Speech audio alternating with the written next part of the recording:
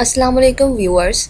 आज हम डॉन का एडिटोरियल रीड करने जा रहे हैं जिसका टाइटल है पॉइंटलेसली स्ट्रिडेंट। ये 6 अक्टूबर का एडिटोरियल है। स्टार्ट होता है, यहाँ से मैं रीड करती हूँ, उसके बाद आपको उसकी मीनिंग बताती हूँ। Pakistan's political discourse is suffering from a crisis of civility, one which does little to bring relief to citizens who face numerous challenges. Pakistan का जो पॉलिटिकल डिस्कोर्स है, जिसे यहाँ पर ये कहा जा रहा है कि पॉलिटिकल डिस्कोर्स वैसे कहते हैं हम एक ऐसे फिनोमेना को हैं जो कि बातचीत के ज़रिए सोसाइटी के प्रॉब्लम्स का सॉल्यूशन लेकर आता है। और तो यहाँ पर ये कहा जा रहा है कि पाकिस्तान का जो पॉलिटिकल डिस्कोर्स है वो कुछ ऐसा है कि जो बहुत सारे न्यूमेरस चैलेंजेस को, नंबर ऑफ़ चैलेंजेस को फेस करते हुए सिटीजन्स के लिए थोड़ा सा रिलीफ क्रिएट करने के लिए बहुत सारे चैलेंजेस को फेस कर रहा होता है, उसे हम पॉलिटिकल डिस्कोर्स कहते हैं। वो सफ़र कर रहा है पाकिस्तान के अंदर। क्यों सफ़र कर रहा है? क्योंकि जो सिविलिटी है, मतलब कि सिविलिटी हम इस तरह से लेते हैं कि पोलाइटनेस हो, कर्टेसी हो स्पीच में, स्पीकिंग में। तो हमारे यहाँ कर्टेसी, पोलाइटनेस ये कम हो गई है, जिसकी वजह से पाकिस्तान का पॉलिटिकल डिस्कोर्स जो है वो सफ़र कर रहा है। Next, day after day politicians and leaders use language for each other that is excessively strident and overly personal. दिन ब दिन पॉलिटिशियंस जो हैं, हमारे सियासतदान जो हैं, जो लीडर्स हैं, वो ऐसी लैंग्वेजेस यूज़ कर रहे हैं जो कि एक्सेसिवली स्ट्रिडेंट है। मतलब स्ट्रिडेंट का मतलब होता है कि एक के ओपिनियन से अगेंस्ट होकर बोलना, और जो कि बहुत ही फोर्सफुल वे में आप उसके अगेंस्ट हो जाए। कंट्रोवर्शियल ओपिनियन भी हम इसे कह सकते हैं। तो पाकिस्तान के जो पॉलिटिशियंस हैं वो बहुत ज़्यादा दूसरे पॉलिटिशियंस के अगेंस्ट हो जाते हैं और बहुत ज़्यादा पर्सनल होते जा रहे हैं। उनकी स्पीचेस कुछ इस तरह से आ रही है, उनकी लैंग्वेज के अंदर एक ये चीज़ आ चुकी है। While politics and politicking are intrinsic to a democracy, the present trend of hounding, name-calling and labeling of opponents as traitors are a far cry from the issue-based debates, which are essential to a parliamentary system. इसमें कहा जा रहा है कि जो parliamentary system होता है उसके लिए डिबेट्स जो होती हैं वो बहुत एसेंशियल होती है, लेकिन डिबेट्स जो हों वो किसी इशू के ऊपर हों, इशू बेस्ड डिबेट्स हों। लेकिन जो अभी हमारे यहाँ ट्रेंड चल रहा है वो ट्रेंड ऐसा चल रहा है कि जिसके अंदर एक दूसरे को हैरास किया जा रहा है, नेम कॉलिंग हो रही है, उसके अलावा लेबलिंग की जा रही है अपने ओपोनेंट्स को ट्रेटर्स कहकर। ट्रेटर्स कहते हैं गद्दार को। तो अपने जो ओपोनेंट्स हैं उन्हें गद्दार का लेबल दिया जा रहा है। इस तरह का हमारे यहाँ जो प्रेजेंट में ट्रेंड है वो ऐसा चल रहा है। जबकि जो पॉलिटिक्स और पॉलिटिकिंग है, मतलब कि सियासत और जो सियासतदान हैं वो डेमोक्रेसी के अंदर आते हैं। For instance, in recent days, several government spokespersons have generously used the word traitor to describe Nawaz Sharif and other members of the PMLN after he and the party launched a verbal onslaught against the government and military establishment. इसमें कहा जा रहा है कि जैसे कि अभी कुछ दिन पहले जो नवाज़ शरीफ है और नवाज़ शरीफ के अलावा उनकी जो पार्टी है PMLN, उनके कुछ लोगों ने अब एक वर्बल ऑनस्लॉट लॉन्च किया। वर्बल ऑनस्लॉट कहते हैं डिस्ट्रक्टिव अटैक को। तो उन्होंने वर्बली एक डिस्ट्रक्टिव अटैक किया, किस पर? गवर्नमेंट पर और मिलिट्री इस्टेब्लिशमेंट के ऊपर, हमारी फ़ौज के ऊपर और हमारी हुकूमत के ऊपर उन्होंने वर्बली एक डिस्ट्रक्टिव अटैक किया, जिसकी वजह से जो गवर्नमेंट के कुछ लोग थे उन्होंने नवाज़ शरीफ और उसकी पार्टी के मेंबर्स को गद्दार कहा। Similarly, Mr. Sharif and his daughter Maryam Nawaz too have hit below the belt, and referred to the Prime Minister in unsavory terms. जिस तरह से गवर्नमेंट ने नवाज़ शरीफ और उनकी पार्टी को ट्रेटर कहा, बिल्कुल इसी तरीके का काम नवाज़ शरीफ और उनकी बेटी मरीम नवाज़ ने भी किया। इन्होंने भी यहाँ लिखा है have head below the belt. Head below the belt का मतलब होता है कि आप जो लीगल पर्सपेक्टिव में बात करने के बजाय पर्सनल हो जाएं और पर्सनली आप ब्लेमिंग करें और गलत बातें करें, तो उसको कहते हैं हेड बिलो द बेल्ट।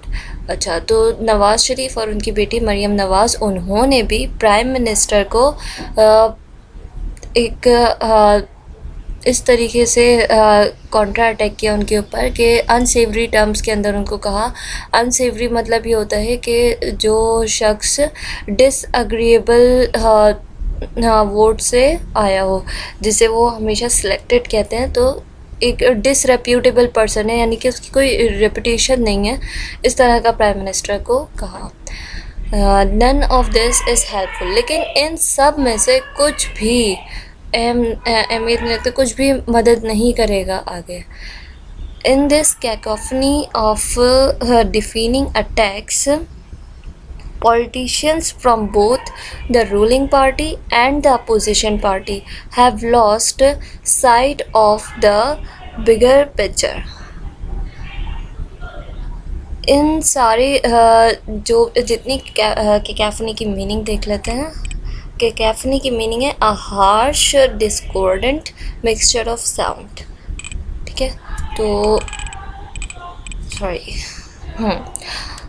ये जो जितने भी कैकोफनी अटैक्स हैं, मतलब कि हार्श अटैक्स हैं, ये पॉलिटिशियंस जो हैं एक दूसरे की पार्टी के ऊपर डाल रहे हैं। इन्होंने एक्चुअली में इन्होंने एक बिग पिक्चर को, एक वाइडर पिक्चर को, जिसके अंदर बहुत सारी चीज़ें आ जाती हैं, वो खो चुके हैं। When there is nothing but an open-ended blame game, many issues of immediate and long-term importance are sidelined, and politics serve not the people but self-interest.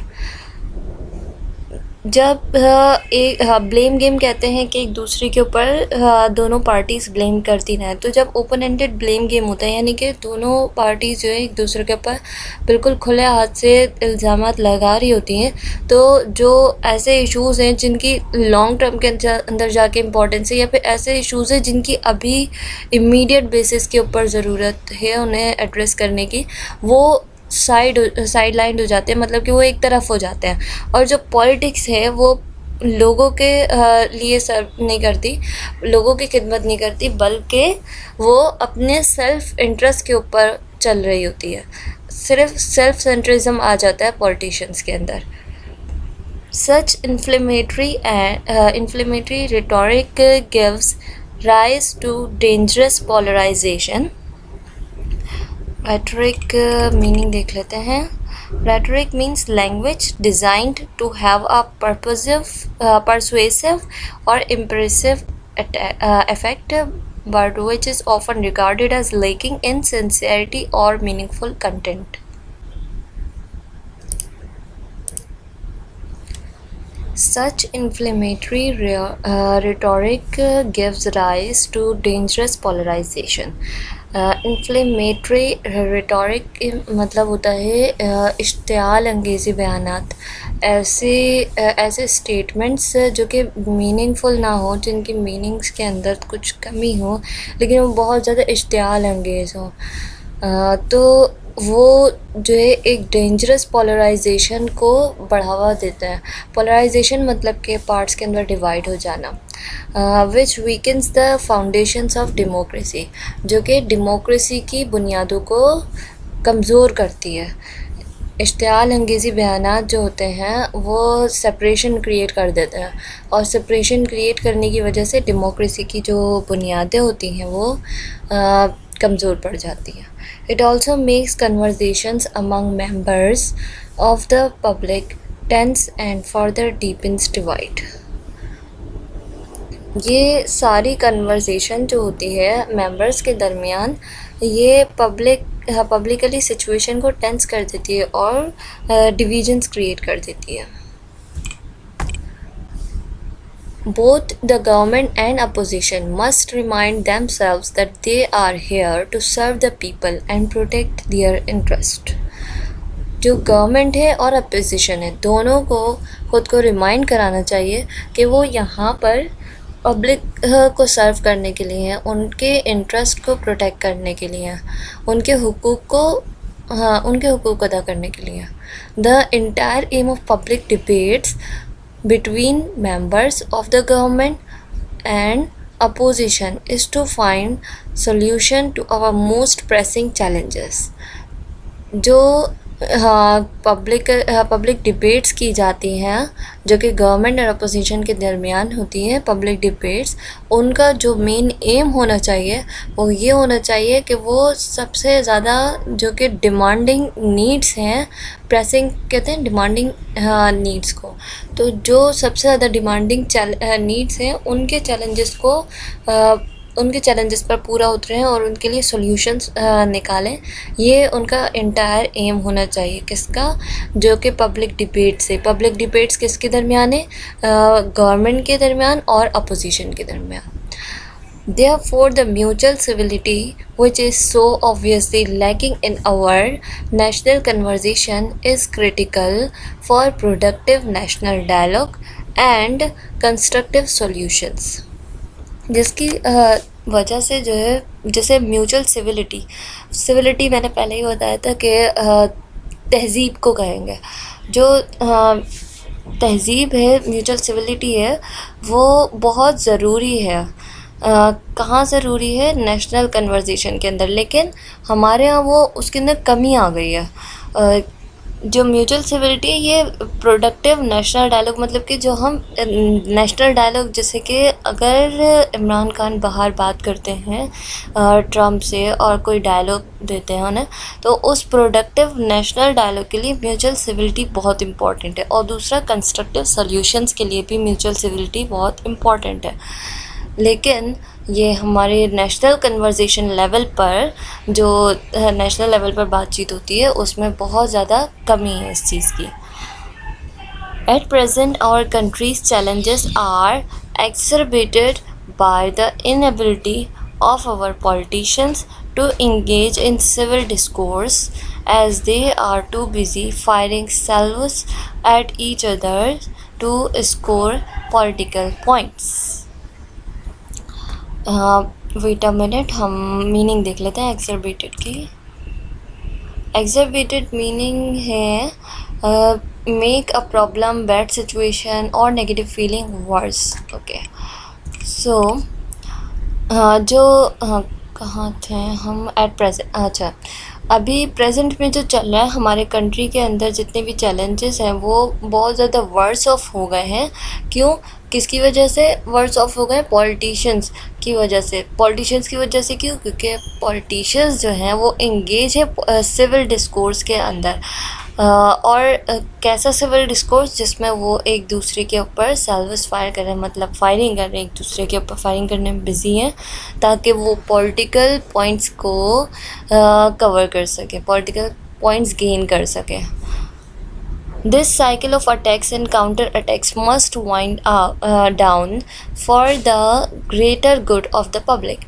Wind down मतलब होता है कि ख़त्म करना, क्लोज़ कर देना। तो ये जो अटैक्स हैं और उनके बदले में जो अटैक्स हैं, उन जिनको काउंटर अटैक कहते हैं, तो वो सारी चीज़ें ख़त्म होनी चाहिए। किस लिए ख़त्म होनी चाहिए? ताकि पब्लिक के लिए कुछ अच्छा हो सके। Political parties must reflect on how they can play a role in constructive engagement, as this noise and viciousness hurts the political process and strengthens undemocratic forces।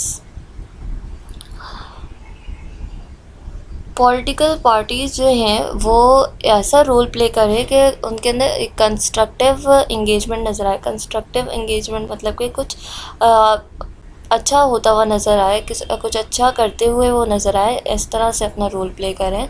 और ये जो आवाज़ें आती हैं विशियस नॉइज़ एंड विशियसनेस कहते हैं, cruel, violence, इन सब की मीनिंग में आता है। तो विशियसनेस बहुत ज़्यादा हर्ट करती है, तो पॉलिटिकल प्रोसेस अगर स्ट्रेंथन नहीं होगा तो अनडेमोक्रेटिक फोर्सेस बहुत ज़्यादा शार्प हो जाएंगी, जिसकी वजह से कुछ लोग होंगे, अनडेमोक्रेटिक फोर्सेस राइज होने का मतलब ये है कि कुछ लोग होंगे जो कि रूल करेंगे। पब्लिक की चॉइस से लीडर्स नहीं आएंगे, पब्लिक की चॉइस से पॉलिटिशियन सेलेक्ट नहीं होंगे, बल्कि बहुत थोड़े से कुछ लोग होंगे जो कि अपनी पावर की बेस पर आ जाएंगे, और जिसकी वजह से जो विशियस सर्कल है वो हमारा बढ़ता जाएगा और विशियसनेस बढ़ती जाएगी। No doubt each party has its own set of rabble rousers. हर पार्टी के पास अपने रबल राउजर्स हैं। रबल राउजर्स किसे कहते हैं, मीनिंग देखते हैं। Rebel rousers, a person who speaks with the intention of inflaming the emotions of crowd of people, typically with political reasons. Sinner आ गया आएगा। Sinner की मीनिंग देख लेते हैं, of sound mind, not mad or mentally ill. Okay.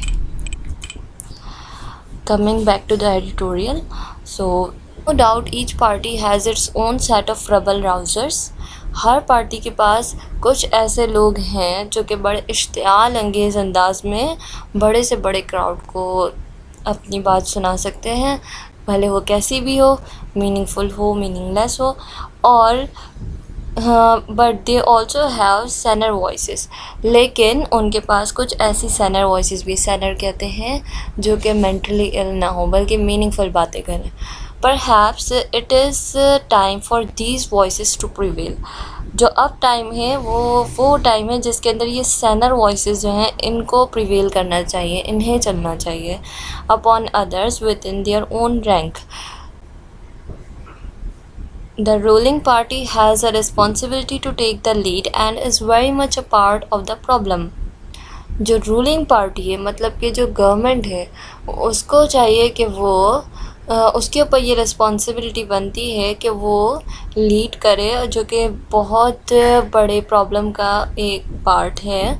The opposition too can tone down its rhetoric, so half a meeting point can mark a new beginning. जो opposition है वो भी अपने रेटोरिक स्पीचेस को थोड़ा कम करें, मतलब मीनिंगलेस बातें अपनी थोड़ी कम कर दें, टोन डाउन मतलब कम कर दें।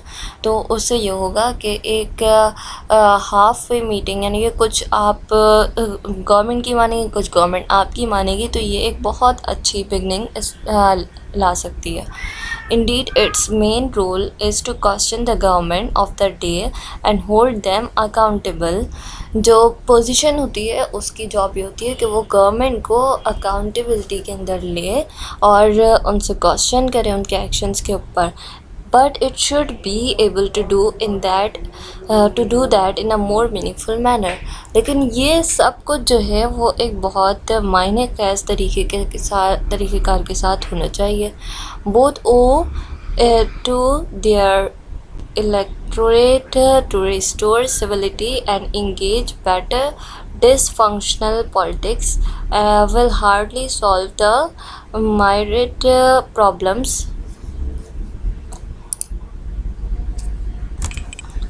Both owe it to their electorate to restore civility and engage better.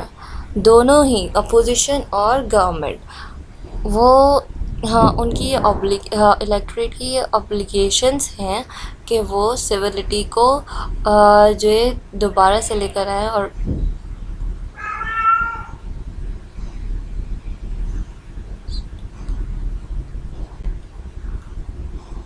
both owe it to their electorate to restore civility and engage better. Government और अपोजिशन दोनों की ये ऑब्लिगेशन, ये इनकी ज़िम्मेदारी है कि वो जो सिविलिटी है उसको रिस्टोर करें और एक दूसरे के साथ बहुत अच्छे से इंगेज हों, बेहतर तरीके से। As dysfunctional politics will hardly solve the myriad problems of the public. क्योंकि जो माइरेट प्रॉब्लम्स का मतलब होता है large number of problems. Dysfunctional politics यानी कि ऐसी पॉलिटिक्स जो अभी चल रही है, इस तरह की पॉलिटिक्स जो है वो बहुत मुश्किल से ये प्रॉब्लम्स को सॉल्व कर सकती है। यहाँ पर हमारा फर्स्ट एडिटोरियल ख़त्म होता है। Thank you so much.